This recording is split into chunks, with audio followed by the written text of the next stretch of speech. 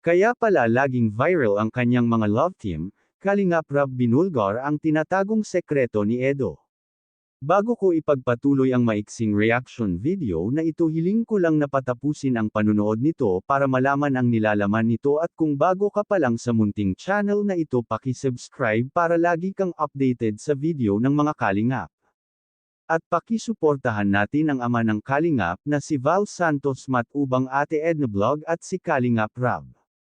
Isang mapagpalang araw sa inyong lahat mga Kalingap, at shout out nga pala sa patuloy na sumusuporta sa aking YouTube channel, lalong-lalo na sa mga viewers natin na walang sawang nanunood at sumusuporta. Maraming salamat.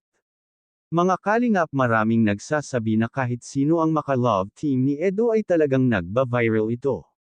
Katulad na lang ng maka-love team nito si Reyna na talagang tinangkilik sila ng kanilang supporter. Pagkatapos kay Erica na halos maraming umaasa na babalik si Erica para kay Edo. Dahil asang-asa ang mga viewers at supporter na magkabalikan sila, ngunit walang nangyari. Pero ang talagang minahal ni Edo si Reyna dahil awang-awa siya dito at ang turing niya talaga dito ay kapatid, kaya nga panay ang dalaw niya dito at laging may pasalubong na pagkain. Kaya marami ang nagtatanong kung ano ang sekreto ni Edo, at lahat yata na love team dito ay lahat ay nagba-viral. Ito lang naman ang sekreto ni Edo sa kanyang sarili. Mabait kasi si Edo, may respeto sa babae, kita nyo naman, hindi ito nagte-take advantage.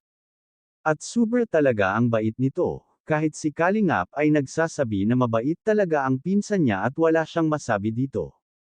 Tungkol naman kay Bianzi ay maswerte din ito at naging love team si Edo, dahil kita mo naman ngayon viral na si Bianzi simula nang i-love team siya kay Edo, dahil mabait din naman si Bianzi sa kanyang mga magulang, laging mga magulang ang iniisip nito, kaya maswerte ang mga magulang ni Bianzi dahil may anak sila na katulad ni Bianzi na mapagmahal sa magulang. Hanggang dito na lang ang update ko mga Kalingap, maraming salamat at God bless sa inyong lahat.